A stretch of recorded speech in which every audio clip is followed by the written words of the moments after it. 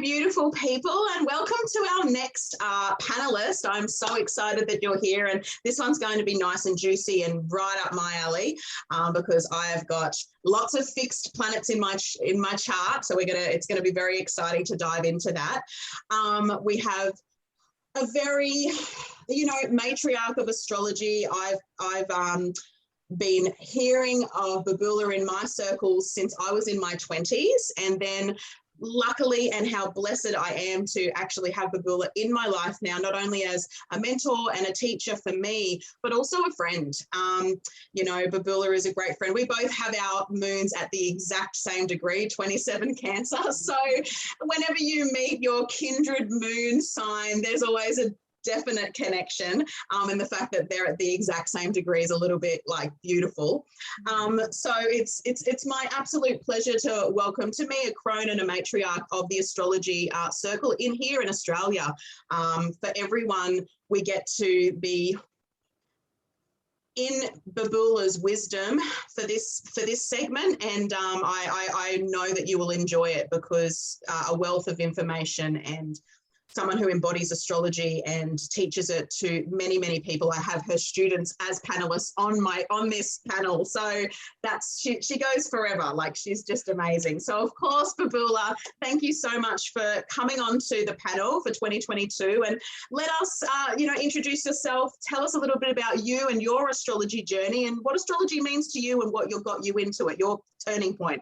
Wow. Well, it's fantastic to be here with you. I'll do anything with you that you ever ask me to. So I'm more than thrilled and happy to be here with you and your beautiful audience. So, well, how did astrology come into my life? It's one of those classic Saturn return stories. When I had my Saturn return, it was when Saturn was conjunct Pluto back in the early 80s. And the Saturn-Pluto conjunction just happened to square my moon at the time. And so it was a huge, huge, huge transit for me. So I went through this whole transition over quite a short time, which set me into leaving my marriage with 2 small children. Just so people know, there wasn't any abuse or anything like that. There was no mistreatment. It was just me knowing that this wasn't my life. And not understanding what my life was going to be from that point on, but I knew this wasn't it. And so it was a huge step of trust and faith. I took the step, and within 12 months, everything changed. Everything. It was the start of a whole new life. And one of the main things that happened was astrology. It had always been in me as a curiosity, as an interest. As a young child, I'd lie on my back in the grass and just gaze up at the sky endlessly. What's out there? What's out beyond the blue? That was the question. What's past the blue? And I was only very young. Such a Pisces. I know, such a Pisces. Just gazing in wonder, what's out there past that blue? And, at nighttime, there'd be all the stars. And so there was always this curiosity about people's signs. I was just very aware of people's signs, but that big leap of faith of mine, it was like the universe said, okay, it's like it was waiting for me to take that action, me to find that courage to take that step. And then it just said, okay, she's ready, let's go. And everything happened. And that set me off on the trail of astrology with the trigger was this extraordinary Sydney astrologer who's no longer with us, really powerful man. And I was having all these big Pluto transits. I didn't have a clue what was going on. He saw what was going on in this workshop where I just erupted. And it just set me off on the path. And here I am. And it's just always been with me. And like you and all of us, so grateful to have astrology in our lives. What would we do without it, we wonder? Absolutely. Absolutely. And what an initiation into astrology for you, Babula. Yes. That astrologer's name, by the way, some will remember, he's no longer with us, was Alia Griffin. And he's been a big catalyst for a lot of people. Extraordinary man. Full on, but really extraordinary. And it was just the perfect situation. As life is, that's how things unfold, isn't it? Yeah. Transits happen, and it's really up to us whether we respond to them and act on them and move with them. And thankfully I did. So yeah.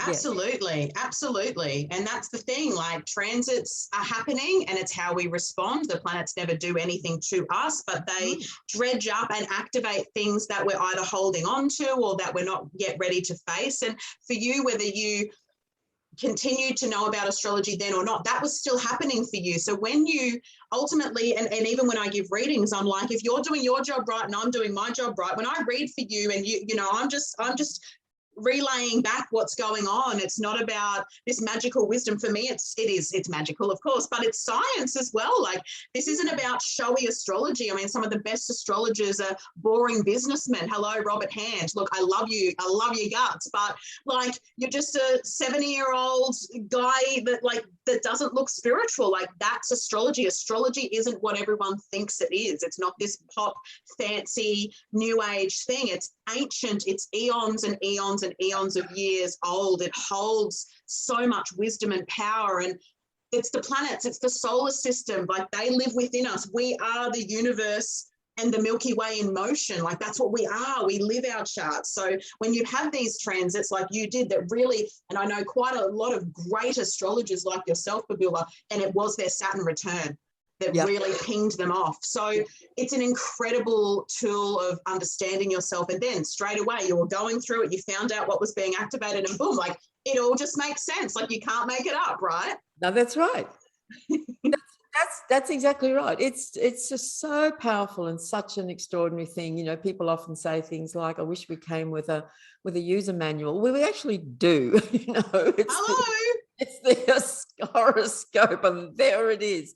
But, you know, the art, of course, is in how we read it, see it, interpret it, understand it, respond to it, use it, and so on. And there's, you know, as many astrologers as are on the planet, there are many ways of working with it, and we all get to play in that field in our own way and with each other. Absolutely. I love that. And yeah, it's about activating the chart, Babula. Like, we have to live the chart. It's not just a piece of paper, three-dimensional. It's activation. It's us living out and embodying our chart. So we do come with the manual, and it's right there in front of us. It's just, it takes us courage to get in there sometimes and do the work and face the things. It's right there on that. Absolutely. It's right there on that piece of paper. It's just a piece of paper, but oh boy. It is. And what an initiation into your astrology journey, Babula. So thank you for opening with that. That's really an incredible way to be introduced back to yourself. Like, that's to me what astrology is that reintroduction of you back to you. And we all come about it at very different ages, at different times. And again, usually has a lot to do with transits. You know, I always talk about being 9, and that's when my curiosity was just constant. Like, I knew everyone's signs, and Uranus was going through my 3rd house at that time. That's a really strong indicator of an astrologer. And so for me, it really peaked things. It hit my Neptune, you know, like that was when, for me, like, it just sort of, not knowing my life literally without astrology is how I've lived my entire life up and, you know, forever, amen. So one of the other panelists, Kim's, just said the same thing. She's like, I don't know my life like without astrology now. Like, how would I do that? And I'm like, and that was something similar. We all have that common thread once astrology is the language that you live by, right?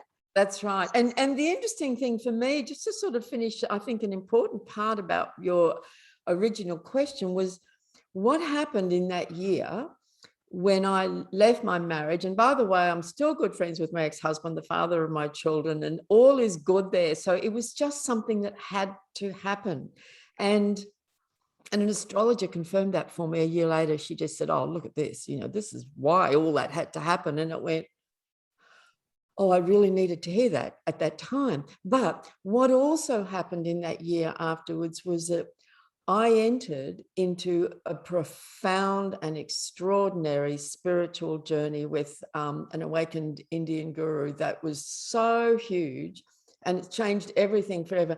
And it dovetailed, not that he was an astrologer, but it dovetailed, the whole journey dovetailed with the astrology, because they both just appeared out of nowhere in that year. Not entirely, well, the astrology wasn't nowhere, there was always something in me, but you know, it's like, and so that has been the weaving for me my whole life, really. It's the weaving of astrology with that spiritual personal transformational journey. They just completely go together in my experience, in my life. I can't separate them out really. No, especially having Pluto there as a part of your Saturn return. That's right. Yeah, that's right. Yeah, that's the transformation. Amazing. Yeah. I'm sure everyone listening is really reveling and enjoying every astrologer's introduction to astrology, because they've all been so different and so nuanced and so incredibly beautiful to listen to. So thank you for sharing that, Babula. And we've got an exciting topic that Babula is going to be riffing on today. So everyone get your pens and paper ready. We're going into Babula school. Babula is going to be talking about the fixed square, and I'm going to let Babula unpack what the fixed square means, and then she is going to unpack the planets and nodes and how they're playing, and that will be the lesson today. So pen and paper ready. I've got my pen and paper for anything that comes up that I want to talk about as well and continue the conversation with. And so really thank you so much, Babula, for sharing this wisdom and helping us to navigate this fixed square in 2022. So okay. So every year, towards the end of each year, I always do a one-day workshop here at home on the transits for the year ahead, and lots of people always come because everybody wants to have a look at that. So some time ago, I was looking ahead and I was going, 2020, we had the big Saturn, Pluto, Jupiter story in Capricorn and so on. And this year it's been the Saturn-Uranus square. And I'm thinking, I'm not seeing any major planetary aspect configurations. And then I started to spot, look what's going on in the fixed signs. And so that became, this was a few months ago, that really got my attention, which is why I've chosen this topic, because it got my attention. And I think it got my attention because I've got a very powerful T-square in the fixed signs, and it's going to get activated big time next year. So, things astrologically get our attention when they're personal, when we can relate it to us, we go, whoa, I'm seeing that. That's really calling me. So I've spent some time kind of looking at this in a bit more detail. So very simply for people who may be new, and just to put some context here, when we divide the zodiac up into 12 signs, of course, we have 4 signs that are cardinal, 4 signs that are fixed, and 4 signs that are mutable. So the cardinal signs are always signs of initiation, action, striving, moving forward. They're projecting energy forward. There's a driving energy in the cardinal signs: Aries, Libra, Cancer, Capricorn. And we call that the Cardinal Cross. They sit across each other like that, oppositions and squares. The next quality is fixed. Now, the fixed signs, Taurus opposite Scorpio, Leo opposite Aquarius, makes a fixed cross. And the fixed signs come after cardinal, after all that energy is kind of pushed forward, and they want to build and stabilize and anchor in their own particular element, one of each element. I adore the zodiac. It's the most mind-blowing design. Just the zodiac itself and how it functions is fantastic. So the fixed signs are signs of power. They're signs of strength. This is what they're about. They build, they stabilize, they anchor, they preserve, they hold. And I'm sort of thinking of, some people are naturally very good space holders, like maybe in a workshop or a retreat situation, there's a capacity to anchor energy, to hold space. You could think of it like that. In the world, it's, Taurus is the builder, construction, building. And my dad was a Taurian, and I always like to tell the story. He ticked every box you could imagine for Taurus, but one of the things, he's a farmer, he was a builder.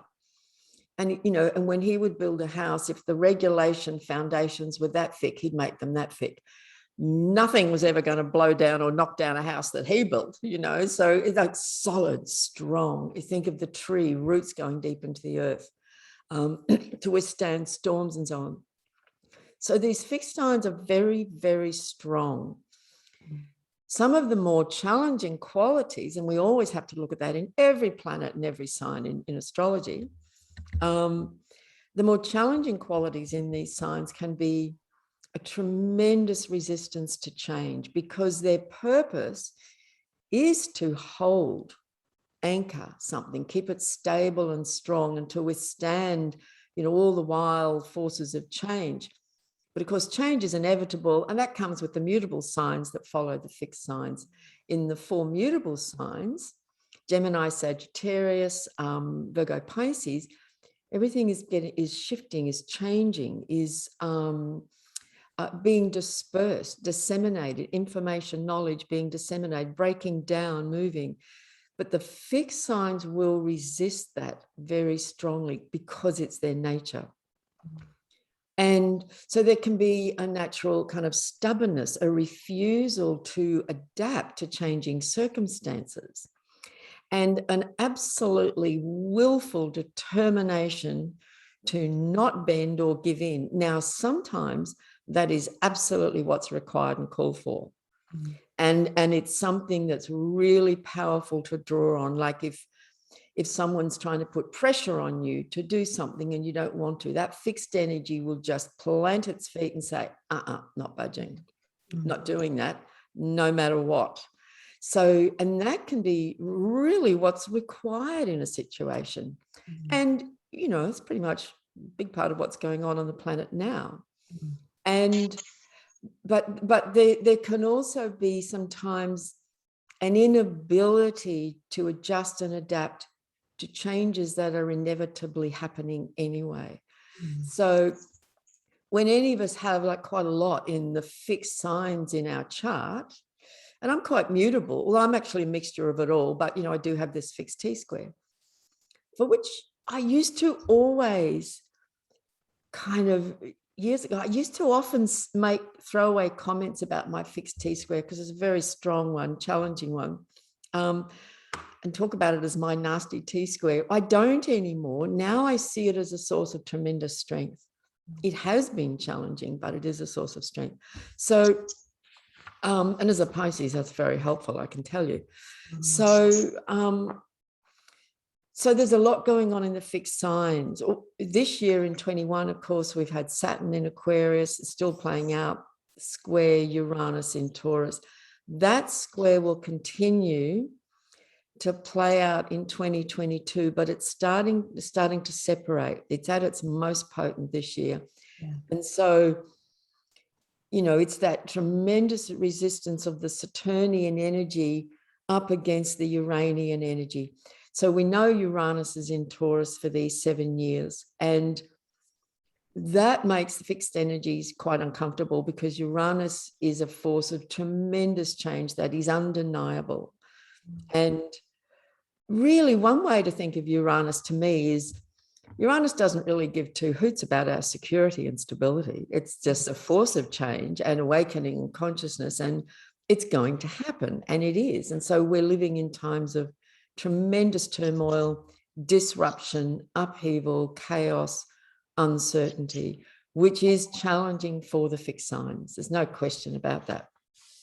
But hopefully, we're learning to adapt. So 2022, I'm just going to kind of do a quick sort of sequential run through the year and sort of talk about them as I go. And of course, I'm going to pick out the main points because otherwise we'd be here for hours, which we could easily do. Of course. 19th of January, really big deal. The North Node leaves Gemini and goes into Taurus, which means the South Node will be in Scorpio. So we're going to have 18 months all through, and it starts in January, all through 2022 and half of 23. The nodes are coming into the fixed signs of Taurus and Scorpio.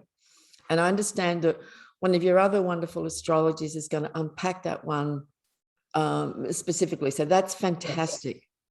So these nodes, these north and south nodes of the moon, which are very karmic and very important, the south node in Scorpio is a really powerful place for the south node to be. If you know any people with that south node, I do personally, and in my career all these years, I see that one and I know, whoa, okay, that's a powerful south node. And it's just in a very simple way, it's got a sense of all of the sort of toxic poisons of Scorpio in medical astrology. Scorpio is a sign of the purging of the toxic poisons. that have been going on karmically in our own lives and in the collective are just really going to be coming up. So as those nodes continue, all the other movements of the planets in the fixed signs are going to keep activating and triggering those nodes. So then in March, I'm always keen to follow and track Mars, because Mars is a very important trigger. Mars moves into Aquarius, a fixed sign, on the 6th of March, and he'll be there till mid-April for 6 weeks. So Mars will trigger anything else that's going on in the fixed signs, which mainly is Saturn in Aquarius and Uranus in Taurus. So on the 23rd of March, Mars at 12 degrees of Aquarius will square Uranus at 12 degrees of Taurus. So for anyone listening as I'm going through this, if you've got planets around those middle degrees of any of the 4 fixed signs, Taurus, Scorpio, Leo, Aquarius, these energies are going to be impacting you in your own personal world, but also, of course, in the collective field, world stage, and so on. I just made a note of something there, and I'm just double checking. And even just the fact of Mars coming into Aquarius for that little bit of time, triggering Saturn as well, you know, Mars and Saturn, the two malefics together, hanging out in the same sign together, like... Absolutely. Just say fuck and let's be done with it all, really. Yep, that's right. Because so you get in the 23rd of March, Mars squares Uranus, and by the 5th of April, Mars is conjunct Saturn at 22. So that period of, you know, March, April, and then on the 12th, Mars and Saturn come together and square the nodes at 22. So that's going now. What I want to say straight up, so that people aren't sitting there going, oh my God, what the hell's going to happen? You know, we've all lived through all kinds of big transits, and look at us, here we are, we're thriving, we're great, you know, life goes on. Yeah. But you've got to, I think for me, one of the things about Uranus is so important. People can get quite anxious about Uranus transits. They're about freedom and waking up in consciousness. That's the whole point of this. You know, what are we doing to liberate ourselves from the oppressive regimes that have been running this planet for thousands of years? And here we are at this critical point in human history where this is the moment when that can begin to change once and for all. And what a time to be alive on this planet. So Uranus is one of the most important agents of this process. So he's going to continue to be super active during this period, and Mars is always one of the triggers and activators for events to happen, things to happen. People get stirred up. You know, I was watching this morning some videos of tradies in Melbourne who've just finally gone, that's it, enough. And that's a Mars activation of these men, you know, who are just saying, no, enough. So you know, something in me just goes, yes, because it's about freedom and truth. And that's what this is all about. Okay. Then in May, we have the eclipses. And because the nodes have now moved into Taurus and Scorpio, the eclipses occur because the new and full moons occur in alignment with the nodes. So on the 1st of May, May Day, there is a solar eclipse at 10 degrees of Taurus, conjunct Uranus at 14 degrees of Taurus. So that eclipse will be a doozy. The eclipses of 2022 are quite potent because they're on this fixed cross. And as I said, you know, there's always this, on the one hand, there's a resistance to change, and we could say the old regimes are really pulling out everything they've got to maintain their position and their power base. And humanity, represented by the sign of Aquarius and the planet Uranus, are waking up at a rapid rate and pushing back. So it's very, very, very powerful. 16th of May, then 2 weeks later, we have the total lunar eclipse at 25 degrees of Taurus, which just happens to be conjunct the fixed star that has the name of Algol, which traditionally in astrology was always referred to as the demon star. It always had this kind of nasty, dangerous, destructive connotation. Full moon Scorpio? Yes. Yes, full moon in Scorpio. That's right. So lunar eclipse is a full moon. That's right. Yeah. You know, and a full moon lunar eclipse is like a full moon on steroids. Like it's just extra powerful. So the sun, not the moon, just to clarify, is on Algol, right, opposite the Scorpio lunar eclipse. That's right. So the moon itself will be in Scorpio, the sun conjunct Algol in Taurus at 25 degrees and square to Saturn at 24 of Aquarius. So those eclipses in May are going to be powerful. And again, you know, we can sit here and tremble and be worried and anxious about that, or we can just be wow, because we're in such a time where there is no normal and there is no going back to normal. Like that's over. We're in new territory now. And this is, you know, one of the great gifts of Uranus and the sign of Aquarius is detachment. Now we're human, you know, and we're not always detached. You know, we're emotionally engaged and we should be. But sometimes it's really helpful to stop, take a step back. And that's where astrology helps us. And I think, you know, astrologers have a natural ability to do this anyway. We step back and take a big view, big cosmic view, big timelines. And when we see all of this from a much bigger perspective, like an eagle flying high, we see so much more. We see it within the context of the bigger picture. And then we go, okay, this is going to be amazing, actually. Yes, on a personal level, there can be a lot going on in our lives, which might be challenging. But that's what we're doing here. You know, we're here to participate in all of this in whatever way we're called to. And that's going to be unique to us all. And just on that note too, with that particular May stuff, purely because I do have a stellium in Taurus, and I just always like just to use the mantra, nothing to fear, everything to watch. And I think that is sort of coming from, yes, this eclipse is opposing the fixed star of Algol, which I actually have Venus exactly on top of at 26 Taurus. So there's nothing to fear and always everything to watch. So I also just wanted to add that little mantra so that you can add that in, because astrology never invokes fear. It actually does exactly what Babula said, is that when you are an astrologer and you embody astrology, you do have the wisdom to step back. You do have the art of detachment, non-attachment, to see things from a very different perspective as just being in it all the time. And I think that that's really where, in these times that we're in, even to work with astrology, even if you want to know about your own chart, you actually have to have a level of emotional detachment and emotional intelligence, because there's shit in your chart you're not going to like, and you're going to hear shit that you don't like about yourself. But, you know, you can't wallow in that. You've got to be aware of the archetypes, the planets, because that's the higher realm of astrology, not being so human about it that it's like, oh, poor me, I've got 12th house planets, boo hoo hoo. It's like, fuck off. Like, I love 12th house planets. So me too. So,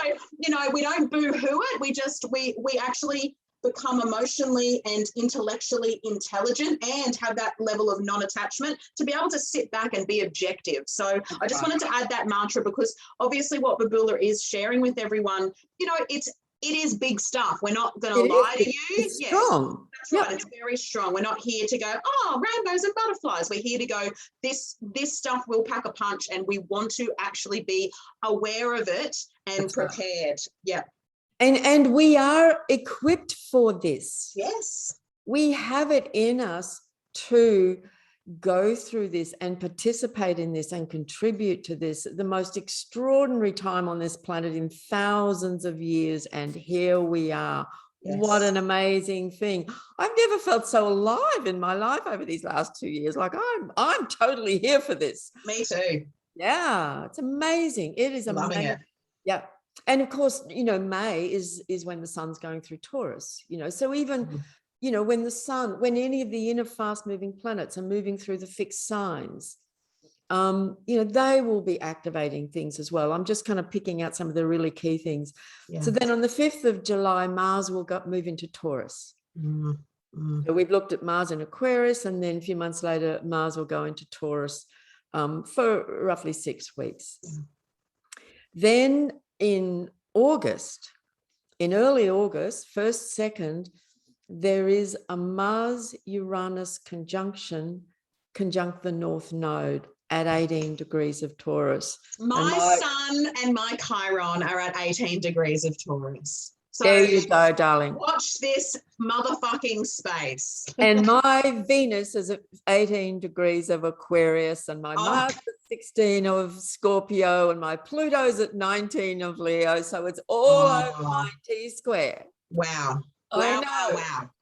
But you see, I'm already, because I'm aware of this, I'm already mentally and emotionally preparing myself, and I'm going, okay, big things happening in my universe next. I'm starting to kind of plan, knowing I don't know exactly what's going to unfold, but I'm starting to put certain things in motion to know that I need to be prepared for anything. I need to lighten my load. I need to free things up. I need to be available for however this is going to move in my personal universe. And I already have a few glimpses of what that might look like. And things are starting to be set in. So, you know, this is why it's so helpful. If I didn't know any of this, I'd probably not be doing any of that. And then I might be completely shocked by what unfolds, but I'm not, you know. I'm preparing myself pretty well anything, and I'm fine with that. So that's amazing. Those first couple of days of August, Mars conjunct Uranus on the North Node, right in the middle of Taurus. On the 8th, Mars then moves further on and makes the square to Saturn at 22 of Aquarius. So, you know, March, April, strong, May, August. Then we come to October. On the 25th, the next solar eclipse at 2 degrees of Scorpio. So the sun will be in Scorpio, and the moon will be in Scorpio. So they'll be together. That's the solar eclipse. It's a new moon. And it's at 2 degrees, and it's not exactly aspecting a planet, but the North Node, which is a bit further away, will be conjunct Uranus on that 2 degrees eclipse. Then 2 weeks later, on the 8th of November, sun's still going through Scorpio. There is so the 2 lunar eclipses next year are both total eclipses, which makes them really potent. And the total eclipses happen, of course, when the sun and moon are very closely aligned with the nodes. The closer they are, like that makes the eclipse total. So the lunar eclipse will occur at 16 degrees of Taurus. So the moon will be at 16 degrees of Taurus, the full moon, and the sun will be at 16 degrees of Scorpio, right on my Mars in Scorpio. So that's a ripper. And that eclipse is exactly conjunct Uranus. So the sun is at 16 Taurus, exactly conjunct Uranus, opposite the full moon at 16 of Scorpio, and square to Saturn at 18 of Aquarius on my Venus. So I'm just, you know, relating it to my own experience. So all of you who are fully aware of your chart, you'll be going, oh, that's kind of pretty much where my whatever is. But I think we can be excited about the possibilities that can open up. Like if we look at the last 18 months in already, how much has changed for us? Some of it's been very challenging. I'm not denying that for people. People are going through a lot. But also, I'm seeing this everywhere. So many people are saying, I can't believe I'm doing this now. I never thought I'd be doing that. Like I've made all sorts of changes in my life that I never thought I would be doing. Like I never thought I'd be running workshops online. I love doing it in person. And here I am, and they're fantastic. You know, so all sorts of other possibilities open up for us as we navigate our way through this tremendous death process. You know, we're in a death process and a rebirthing process, and it's big, and it's kind of exciting, it's hard, it's tough, it's challenging, and that's what we all came for. You know, to participate in that, and so we're all being challenged and faced with all kinds of choices that aren't always easy for people. Unless you're really super clear, then it is pretty easy. If you're really clear about what your choice is, then that's your choice. You know, but if people are confused, I know it's quite challenging. So remember the fixed signs. You know, Saturn in a fixed sign is going to be an energy of great resistance. But one of the things I always say about Saturn, you know, years and years and years of trying to understand Saturn, I came to the conclusion that Saturn is the master of reality.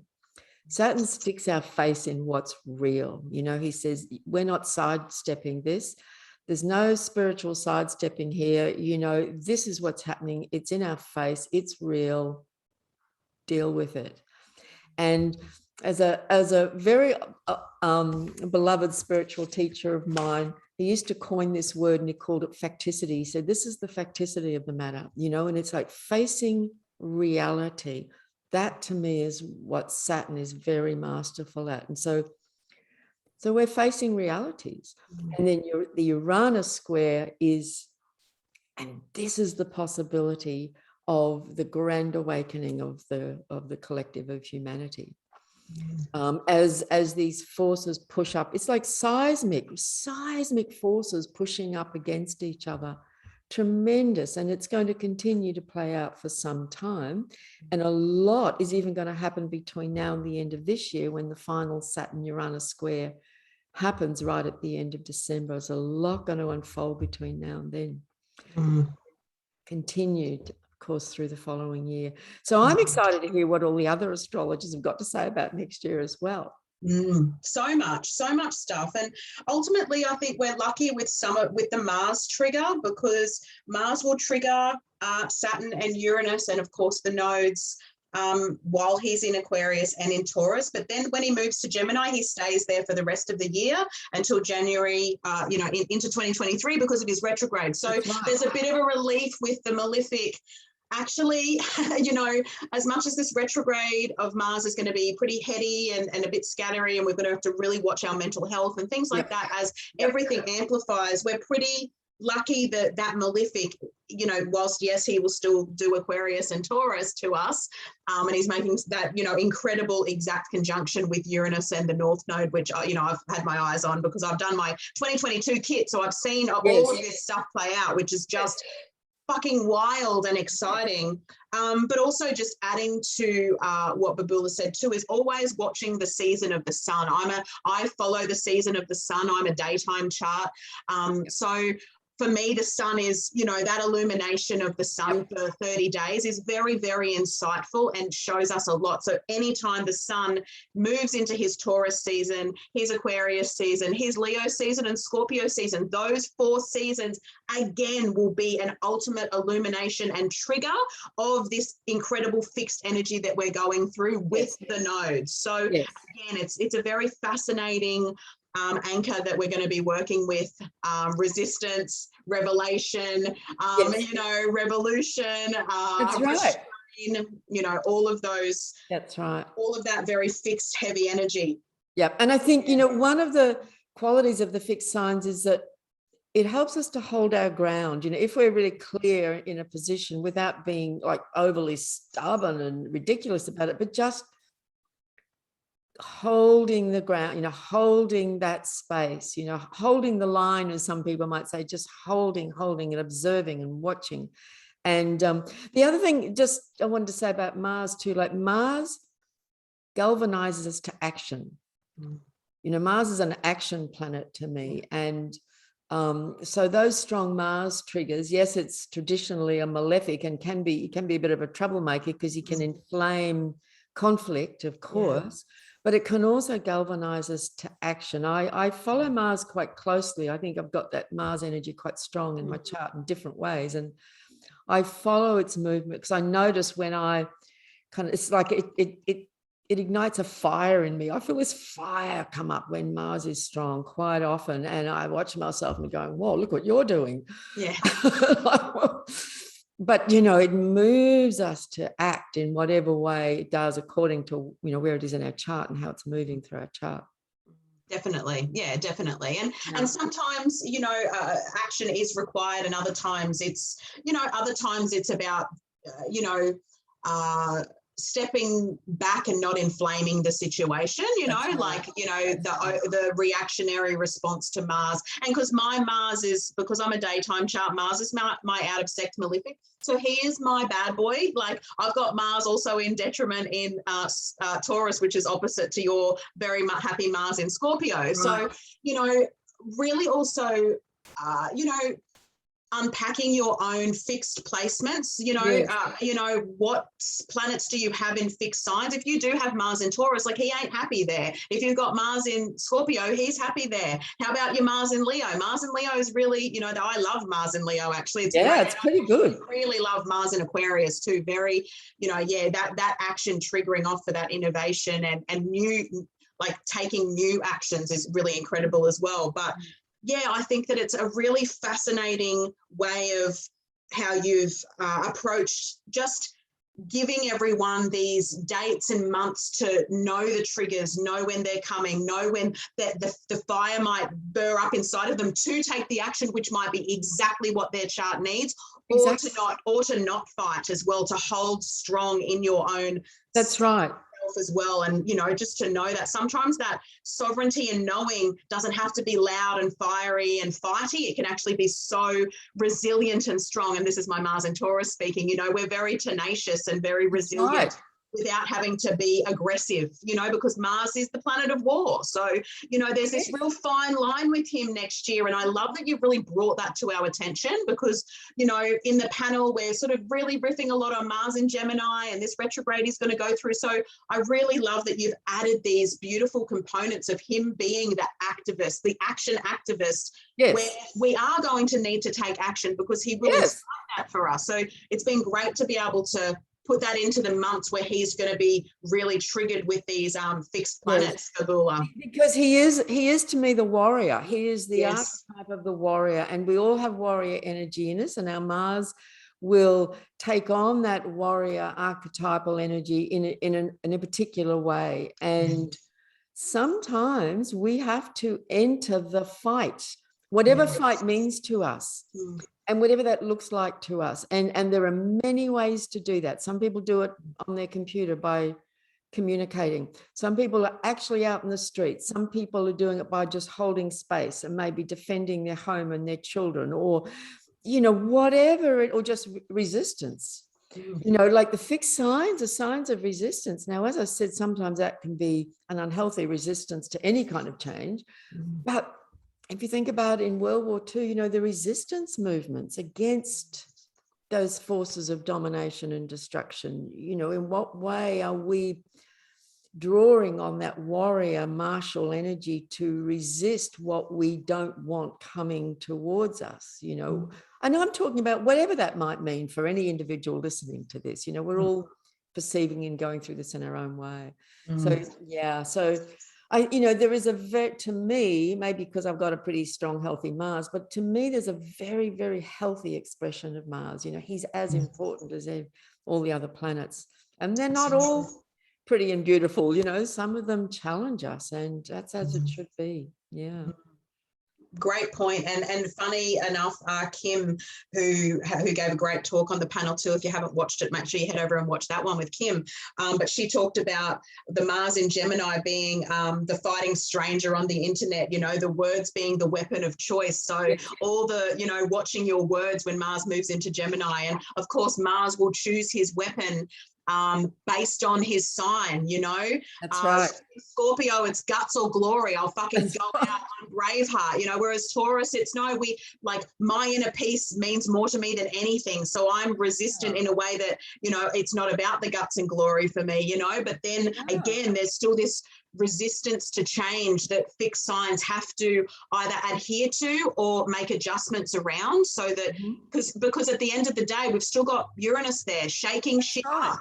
So That's Uranus is the revolutionary. He's the catalyst for all of these things that we're all experiencing on our own individual. Our micro is just as important as the macro, but I think that even within this panel, knowing on a macro level these dates and what's going on with Mars and Saturn and Uranus and the eclipses, like, really gives us this bird's eye view to how things can play out. And sometimes it's worth getting into the argument, and other times it's worth walking away. And you're going to know that in those months when stuff vies up and you're feeling it, is it worth it? And if it's not, and you have to, you know, you've got to take stock of that in your own life too. So it's going to be very, you know, there's an undercurrent of, you know, Venus, there's this very Venusian Plutonian energy in 2022. I've spoke about this in my 2022 kit. The numerology is that of the lovers. It's a 6 year.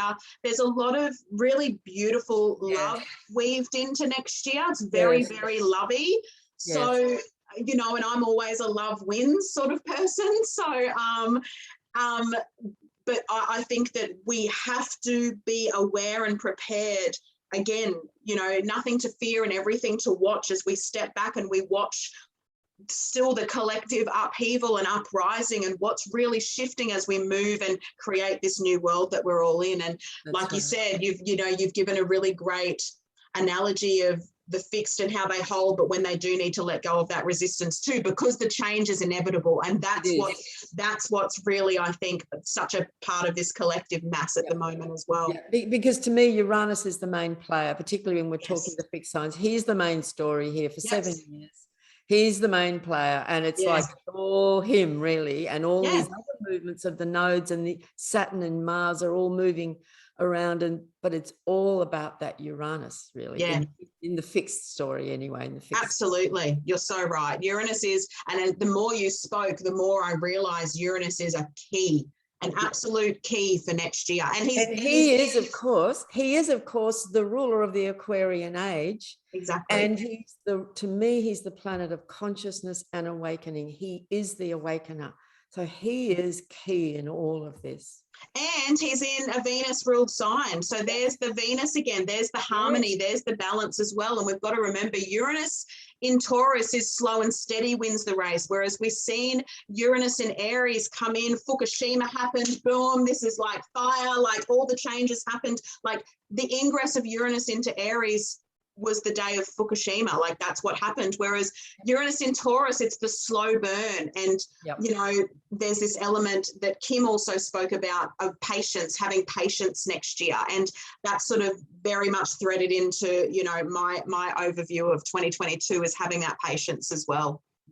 Well, Saturn's slowing us down. The delay is sometimes the way. I sort of say the obstacle is a part of the path and the delay is the way. So Saturn is there. You know, Saturn is still holding his ground strong, considering he's in Uranus's home sign. So there's a lot at play here, fixed wise, and your talk around the activating square that happens at all these different points, Babula, has been a real insight into 2022 for everyone. So I really, really thank you for sharing all of that.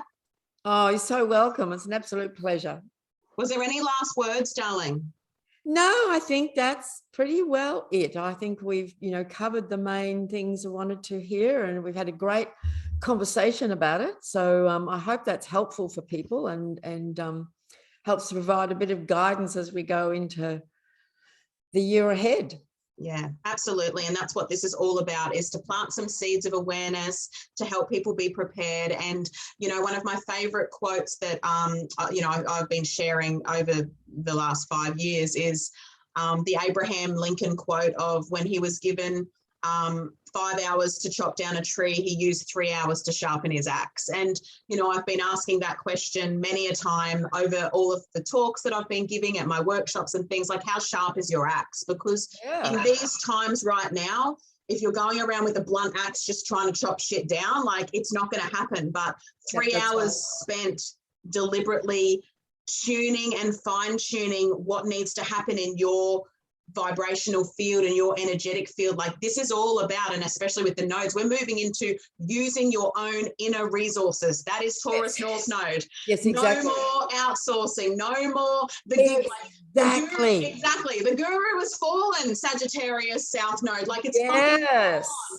Scorpio precedes that with the death of all of that toxic shit. And now you stabilize with the Taurus North Node and go, you are your medicine. You and come back to ground, you know, exactly. right here on the ground. That's right. This Taurus North Node I am so excited about because, of course, it's going to bang my Taurus stellium. But, you know, this is about using your inner resources and sharpening your axe, darlings. Like how sharp is it? Because what we're being pushed or forced or coerced, these are the times that we have to tap into our inner sovereignty, our inner autonomy, and stand strong in who we are as humans. We do not have to be coerced into anything. We make guided, decisive decisions. We trust our own inner resources and we sharpen our axe. We use our tools. And it's sort of, there's some weird meme or something that went around that sort of just said like, the universe tests you to see if you are who you say you are. And that's what's going on now. Like all of the so-called work that so many people have done, like this is the test of that work. And this is it. And that's that fixed energy, isn't it? Of just here, strong, centered, focused, grounded right here. That's exactly. That's it. And like you, Babula, I'm here for this. I've been waiting for these times, you know, like for me me, too, I was, darling. Yeah, I feel like in my 20s, I was just like, come on, everyone, catch up. And then in my 30s, I was like, okay, there's something going on. And then boom, like 2020 happened. And I'm like, hallelujah. Like for me, it was just... I was exactly the same when it all started to happen. I just went, oh God, thank God, at last we're here. Exactly. I know. I feel like I've just... my life. I feel like I've lifetimes for this to get to this point. Yeah. Here we are. Here we are. Yeah, it's rough, but here we are. Here we are. So good. Yeah. Yeah. Amazing. So I want to thank Babula for coming on and sharing some really great, juicy, deep information about all the fixed stuff. Check out your own chart. And thank you so much for sharing your wisdom today, Babula. Total pleasure, darling. Love you. Love you too.